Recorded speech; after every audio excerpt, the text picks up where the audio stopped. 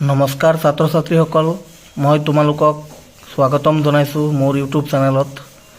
তো ছাত্ৰ ছাত্ৰীসকল, ক্লাছ 8ৰ অসমীয়া বিষয়ৰ পঞ্চম অধ্যায় ভক্ত প্ৰহ্লাদৰ প্ৰশ্ন উত্তৰ আমি আলোচনা কৰিম।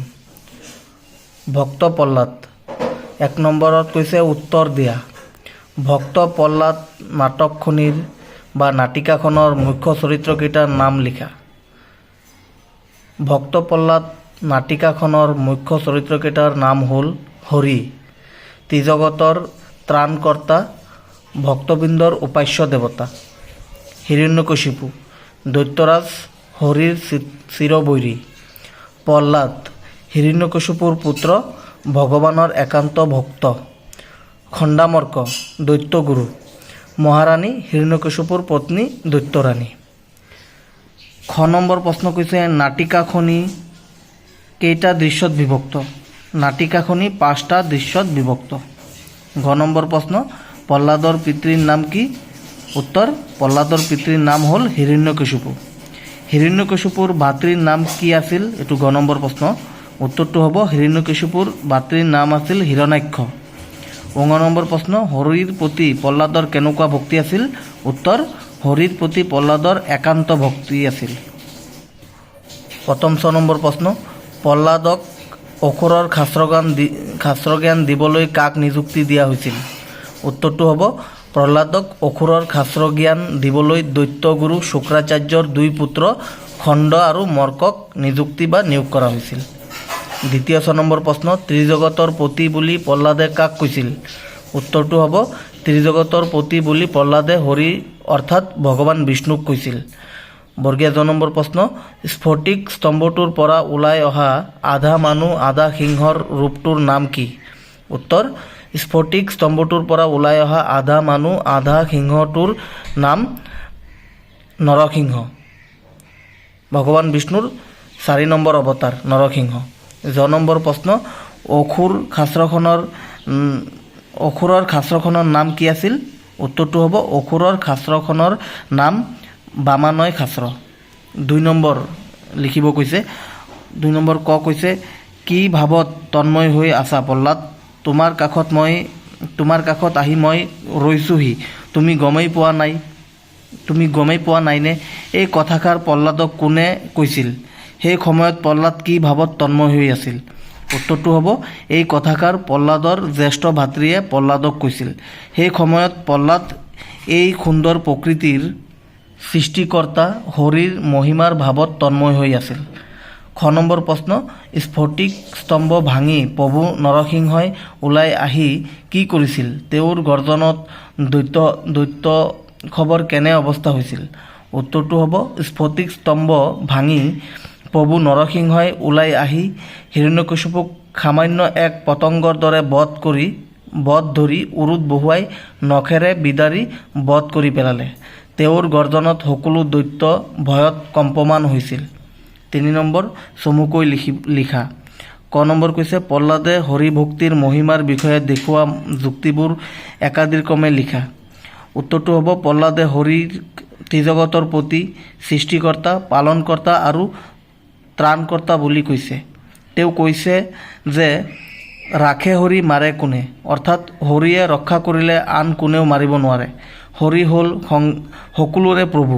এই ধৰিত্ৰীৰ আকাশ, বতাহ, বায়ু, পানী সকলোৰে পিতা হৰি ক্ষুপ্ত হৈ আছে। হৰি নোহোৱা কোনো ঠাই নাই। খ নম্বৰ কৈছে বামানয় শাস্ত্ৰজ্ঞান ল'বলৈ প্ৰহ্লাদে কিয় আপত্তি কৰিছিল?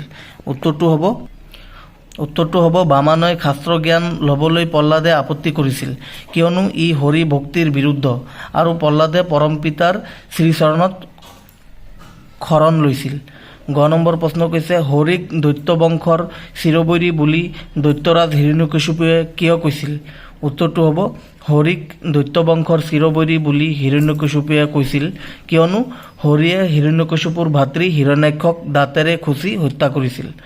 ঘ নম্বৰ প্ৰশ্নটো কৈছে পিতৃক ক্ষমা কৰি দিবলৈ প্ৰহ্লাদে নৰসিংহৰূপী হৰিক কি বুলি কাকুতি কৰিছিল? উত্তৰটো হ'ব পিতৃক ক্ষমা কৰি দিবলৈ প্ৰহ্লাদে নৰসিংহ ৰূপী হৰিক এই বুলি কাকূতি কৰিছিল যে হে হৰি আমাৰ সকলোকে শুভ বুদ্ধি দি আপুনি আমাক ৰক্ষা কৰক, পিতৃৰ দুখ মাৰ্জনা কৰক, এই বুলি ভগৱানক কৈছিল। প্ৰথম 6 নম্বৰ খণ্ডামৰ্কই প্ৰহ্লাদক বামানয় শাস্ত্ৰ জ্ঞান দিবলৈ কি বুজনি দিছিল? উত্তৰটো হ'ব খণ্ডামৰ্কই প্ৰহ্লাদক বামানয় শাস্ত্ৰ জ্ঞান দিবলৈ এইদৰে বুজনি দিছিল যে ৰাজকুমাৰ প্ৰহ্লাদৰ কণ্ঠত হৰি নামে শোভা নাপায়। প্ৰহ্লাদ হ'ল দৈত্য বংশৰ পুত্ৰ। হৰি নাম লোৱাটো প্ৰহ্লাদৰ উচিত হোৱা নাই। সেয়েহে খণ্ডামৰ্কই প্ৰহ্লাদক বামানয় শাস্ত্ৰ পঢ়িবলৈ বুজনি দিছিল।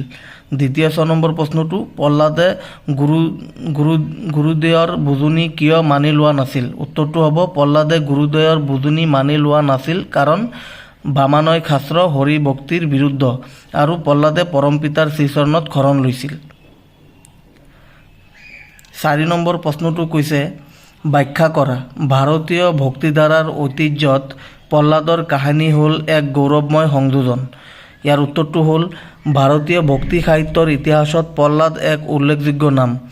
নিজ পিতৃৰ কঠোৰ বাধা নিষেধক যুক্তিৰে আওকাণ কৰি প্ৰহ্লাদে সৰ্বদা সত্য আৰু ন্যায়ৰ সপক্ষে থিয় দি পৰমজনাৰ মাহাত্য শ্ৰৱণ কীৰ্তন কৰিছিল। শাৰীৰিক বা মানসিক সকলো নিৰ্যাতন হেলা ৰঙে মূৰ পাতি লোৱা প্ৰহ্লাদ হ'ল নিষ্ঠাৰ প্ৰতীক আৰু বিনয়ৰ প্ৰতিমূৰ্তি। শুদ্ধ আৰু চিৰন্তৰ সত্যৰ মূল্যবোধত বিশ্বাসী প্ৰহ্লাদে দেউতাৰ অন্যায় আদেশ নম্ৰভাৱে প্ৰত্যাখ্যান কৰি আত্মবিশ্বাসৰ পথত অগ্ৰসৰ হৈছিল। ভাৰতীয় ভক্তিধাৰাৰ ঐতিহ্যত প্ৰহ্লাদৰ কাহিনী হ'ল এক গৌৰৱময় সংযোজন। 5 নম্বৰ প্ৰশ্নটো কৈছে মোৰ বিনাশ হা হা হা। এইটো মানে হিৰণ্যকশিপুৱে কৈছে মোৰ বিনাশ হা হা হা, এনেকৈ হাঁহি হাঁহি মানে এইটো কৈছিল। বোধ কৰোঁ কাৰো জ্ঞাত নহয় যে মোক মানুহ অথবা জন্তুৱে বধ কৰিব নোৱাৰে, আনহাতে মোৰ মৃত্যু দিনৰ ভাগতো নহয় আৰু ৰাতিও নহয়। সেয়েহে মই নিশ্চিত সহজে নহয় মোৰ বিনাশ। এই সংলাপটো কোনে কাক কৈছিল লিখা? উত্তৰটো হ'ব এই সংলাপটো হিৰণ্যকশিপুৱে প্ৰহ্লাদক কৈছে। 6 নম্বৰ কৈছে যে ওপৰৰ সমাসযুক্ত বাক্যসমূহ তালিকাত উল্লেখ কৰা মতে লিখা। তো ইয়াত আছিল এইকেইটা শব্দ। সমস্ত পদকেইটাৰ মাজৰ মানে ঘৰটো চোৱা তোমালোকে। সমস্ত পদ ত্ৰিভুৱন, হতাহতি, পৰ্বত গম্ভীৰ, ত্ৰিজগত আৰু সিংহাসন। তো এইটোৰ বেজ বাক্যটো হ'ব 3 ভুৱনৰ সমাহাৰ পৰস্পৰে। এইটো ত্ৰিভুৱন মানে 3 ভুৱনৰ সমাহাৰ, আৰু হতাহতি মানে পৰস্পৰে হাতে হাতে কৰা যি যুদ্ধ, পৰ্বত গম্ভীৰ মানে পৰ্বতৰ নিচিনা গম্ভীৰ, ত্ৰিজগত মানে 3 জগতৰ সমাহাৰ, আৰু সিংহাসন মানে সিংহখচিত আসন, এইটোক কয় সিংহাসন। এতিয়া আমি 7 নম্বৰলৈ আগবাঢ়ো। 7 নম্বৰটো কৈছে এটা শব্দত প্ৰকাশ কৰি লিখা। ক নম্বৰ কৈছে যাৰ সাহস আছে সাহসী, যি বিষ্ণুক উপাসনা কৰে বৈষ্ণৱ, যি ঈশ্বৰক বিশ্বাস কৰে আস্তিক, একে মাকৰ সন্তান সহোদৰ। 9 নম্বৰ কৈছে যি সঁচা কথা কয় সত্যবাদী, আৰু প্ৰথম 6 নম্বৰ কৈছে যাক দেখা নাযায় অদৃশ্যমান। এইকেইটা হৈছে এটা শব্দত প্ৰকাশ কৰা। 8 নম্বৰ কৈছে বাক্য ৰচনা কৰা। চিৰবৈৰী দি এটা বাক্য ৰচনা কৰিব কৈছে। হিৰণ্যকশিপু আৰু ভগৱান বিষ্ণু চিৰবৈৰী আছিল, এইটো এটা বাক্য ৰচনা হ'ল। সিংহাদেশ, দেৱতা আৰু অসুৰবিলাকৰ মাজৰ সিংহাদেশ সদায় দেখা যায়। আকাশ পাতাল, আবিৰ্ভূত নৰসিংহৰ তৰ্জন গৰ্জনত আকাশ পাতাল কম্পমান হৈ উঠিছিল। গৰিমা, বিষ্ণু ভক্তিৰ গৰিমাই প্ৰহ্লাদক সকলো বিপদৰ পৰা ৰক্ষা কৰিছিল। চালে চকুৰোৱা মানে এইটোৰ শব্দটোতো এনেকুৱা হ'ব পদুম ফুলবোৰ ফুলত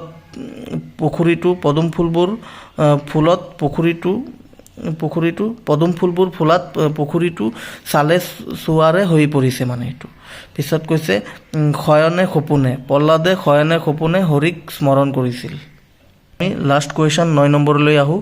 চমু উত্তৰ দিয়া। খণ্ডামৰ্কৰ পিতৃৰ নাম কি?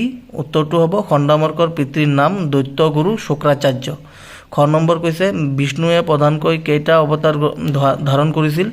উত্তৰটো হ'ব বিষ্ণুৱে প্ৰধানকৈ 10টা অৱতাৰ ধাৰণ কৰিছিল, আৰু সেই অৱতাৰকেইটা ক্ৰমে মৎস্য, কুৰ্মা, বৰাহা, নৰসিংহ, বামন, পৰশুৰাম, ৰাম, কৃষ্ণ, বুদ্ধ আৰু কল্কি।